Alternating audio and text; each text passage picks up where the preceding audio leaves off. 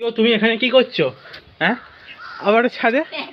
হ্যাঁ, কুলের কাছে এসে কি করছো তুমি? কুল চুরি করতে। এই তো সেদিনকে সমস্যা চুরি করছিলে আবার।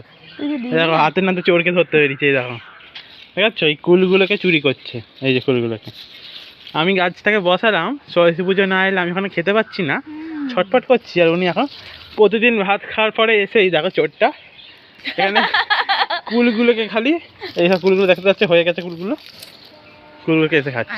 এই দেখো আবার বলছি দেখো আবার খেয়ে